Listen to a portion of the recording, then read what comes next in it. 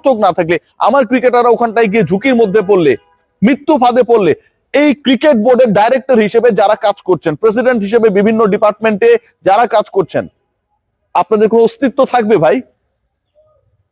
আপনারা নিজেরাই তো এক্সিস্ট করবেন না। আসসালামু আলাইকুম, ওয়েলকাম করছি রিয়াসাদ আজিম। ভিন্ন ধর্ম মতাদর্শের যারা শুনছেন সবার প্রতি আন্তরিক কৃতজ্ঞতা। ঠান্ডা বাড়ছে কমছে এবং এই ঠান্ডায় ময়েশ্চার ধরে রাখার জন্য লিলি হুইপচিয়া বডি ওয়াশ আপনার বেস্ট অপশন হতে পারে।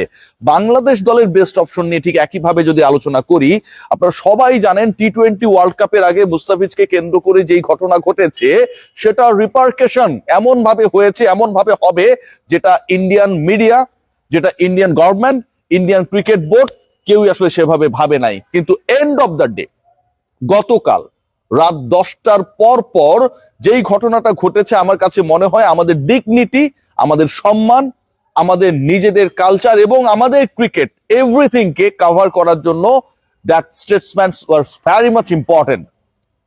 আইন উপদেষ্টা আসিফ নজরুল স্যার যে কথাটা বলেছেন যে গোলামির দিন শেষ।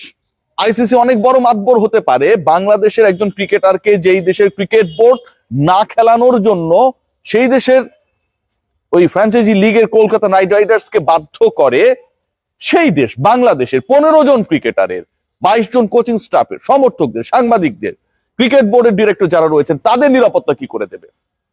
বাংলাদেশ ক্রিকেট বোর্ড অফিসিয়ালি আপনাদের বলছি, Bangladesh cricket board has written to the ICC or almost they're about to write to the ICC that they are not intend to play their World Cup matches in India. This is official. This is not unofficial. Asif নজরুলের ওই পোস্টে আমরা স্পষ্ট indication পেয়েছিলাম যে Bangladesh cricket board যেন এরকম একটা স্ট্যান্স নেয়। বাংলাদেশের ক্রিকেটারদের নিরাপত্তা আগে, বাংলাদেশের মানুষের ডিগনিটি আগে, এবং সেই বিষয়কে সামনে রেখে বাংলাদেশ ক্রিকেট বোর্ড, বিসিবি গতকাল ইমার্জেন্সি মিটিং ডেকেছিল। সেই মিটিং শেষ হয়েছে অলমোস্ট রাত 1টার কাছাকাছি সময়ে, এবং সেখানটায় যে সিদ্ধান্ত হয়েছে তাতে প্রথম সিদ্ধান্ত যেটা, বাংলাদেশ আইসিসির কাছে অলমোস্ট, আমি যখন এই কন্টেন্টটা করছি, আলোচনাটা যখন করছি, লিখে ফেলেছে or they are about to write that Bangladesh is not intend to play their world cup matches in India. যেহেতু হাইব্রিড মডেলে আপকামিং ওয়ার্ল্ড কাপ হচ্ছে, সো হাইব্রিড মডেলে পাকিস্তান যদি শ্রীলঙ্কায় গিয়ে খেলে, অন্য দেশগুলো, ইভেন ইন্ডিয়া তারা এবং পাকিস্তান একই গ্রুপে রয়েছে, ইন্ডিয়া যদি তার পাকিস্তানের বিপক্ষের ম্যাচ শ্রীলঙ্কায় গিয়ে খেলে, তাহলে বাংলাদেশ কেন, যাদের নিরাপত্তা নিয়ে Indian security, Indian government, Indian cricket board ensure করতে পারে না, তারা কেন তাদের ম্যাচেস গুলো শ্রীলঙ্কায় গিয়ে খেলবে না? Very logical point. বাংলাদেশের কোনো সমস্যার জায়গা এখানটায় নেই, ইভেন আইসিসির কোনো সমস্যার জায়গা ওইখানটায় নেই।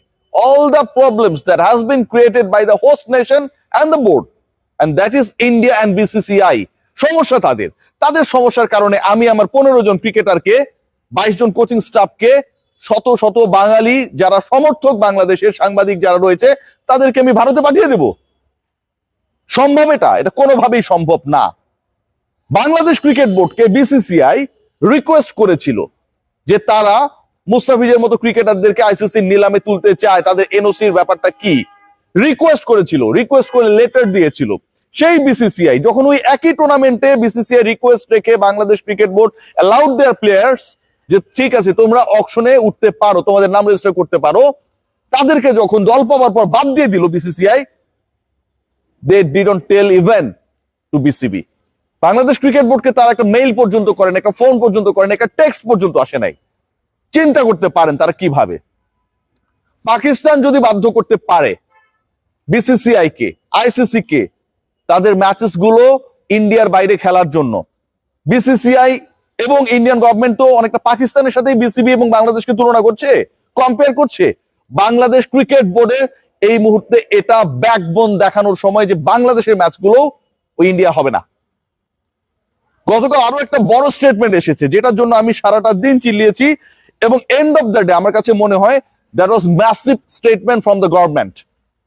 তথ্য সম্প্রচার মন্ত্রণালয়, আমাদের অনেকেই রয়েছেন যারা আসলে আইপিএল খেলাগুলো দেখে, অনেকগুলো চ্যানেলস এগুলোর সাথে ইনভলভ, কেউ অনলাইনে, কেউ টেলিভিশনে এটার সাথে ইনভলভ। তাদের প্রতি ডিউ রেসপেক্ট রেখে বলছি, বাংলাদেশেই আপনারা ব্যবসাটা করেন, বাংলাদেশের মানুষই আপনাদের ভিউয়ারশিপ ক্রিয়েট করে। বাংলাদেশের মানুষের ক্রিকেটের ইজ্জত যারা দেয় না তাদের খেলা দেখানোটা খুব বেশি গুরুত্বপূর্ণ না। তথ্য সম্প্রচার মন্ত্রণালয়কে আইন উপদেষ্টা এবং ক্রীড়া উপদেষ্টা আসিফ নজরুল স্যার দুই মন্ত্রণালয়ের দায়িত্বে রয়েছেন। আসিফ মাহমুদ সজীব ভুঁইয়া চলে যাবার পরে ক্রীড়া উপদেষ্টার দায়িত্ব তিনি রয়েছেন। স্পষ্ট করে বলেছেন যে he will request to the information ministry not to telecast the IPL matches in Bangladesh the upcoming season.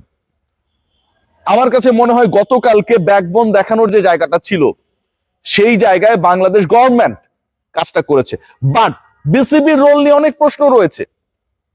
This are not my words, not my sentences, not my research. Daily star report করেছে, daily স্টারকে উদ্ধৃত করে অনেকে report করেছে যে Bangladesh cricket বোর্ডের একজন কর্মকর্তা, নাম প্রকাশ করতে চান না, তিনি জানিয়েছেন কি জানেন? তিনি জানিয়েছেন যে বাংলাদেশের ম্যাচেস গুলো এই মুহূর্তে very difficult for ICC and BCCI to transfer to Sri Lanka. এটা কোন ধরনের কথা ভাই? আপনি বলার কে? আপনি বলার কেউ না। আপনি এটা বলবেন যেভাবে হোক বাংলাদেশের ম্যাচ সরাতে হবে। নাম প্রকাশে অনিচ্ছুক কর্মকর্তা বিসিবির। ভারতীয় ক্রিকেট বোর্ডের কি সমস্যা, আইসিসির কি সমস্যা, সেই সমস্যা নিয়ে আপনাকে ডিল করতে হবে। আপনি আপনার সমস্যা নিয়ে ডিল করবেন, বাংলাদেশের ক্রিকেটারদের সমস্যা নিয়ে ডিল করবেন, ডিগনিটি নিয়ে ডিল করবেন। সেই চিন্তা না করে আপনি স্টেটমেন্ট দিচ্ছেন যে এই মুহূর্তে এটা ভেরি টাফ। এই মুহূর্তে এটা ভেরি টাফ হয়ে গেলে এটা তাদের সমস্যা, তারা সলভ করবে, not you. You are not responsible for that. Bangladesh cricket board যখন এরকম একটা স্ট্যান্স নেয়, এরকম যখন ডিরেক্টরদের একজন এইরকম কথাবার্তা বলে, তার মানে বোর্ডের মধ্যে এই কথাগুলো চলে। এটা very unfortunate, very unfortunate. Bangladesh cricket board কড়া প্রতিক্রিয়া দেখাতে গিয়েও কেমন যেন ডিফেন্সিভ হইতে চলে যায়। This is also very unfortunate.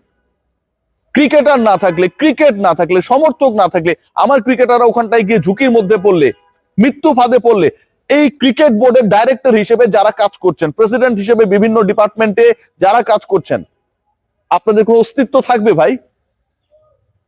আপনারা নিজেরাই তো এক্সিস্ট করবেন না।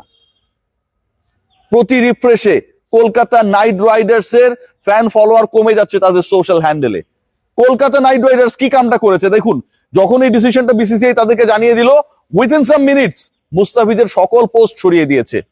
মুস্তাফিজের পোস্টগুলো কি আপনাদের পেজকে নাপাক করছিল? সকল বাঙালির উচিত, বাংলাদেশি সাপোর্টারদের উচিত, ক্রিকেট প্রেমীদের উচিত কলকাতা নাইট রাইডার্সের সকল সোশ্যাল হ্যান্ডেল রাইট নাও, এখন থেকে আনফলো করা। এটা ছাড়া কোনো সমাধান না। Again I am giving my full thanks, support to the government. যে স্ট্যান্সটা নেওয়া হয়েছে from the sports ministry, Asif Nazrul sir একদমই নতুন এই মিনিস্ট্রিতে, বাট এই গাটস শো করার সময়টা এখনই ছিল। গোলামির দিন শেষ, গাটস উঁচু করতে হবে, গাটস দেখাতে হবে, ব্যাকবোন নিয়ে দাঁড়াতে হবে, এবং সেটাই হবে আমাদের প্রতিবাদ। সবাই ভালো থাকবেন।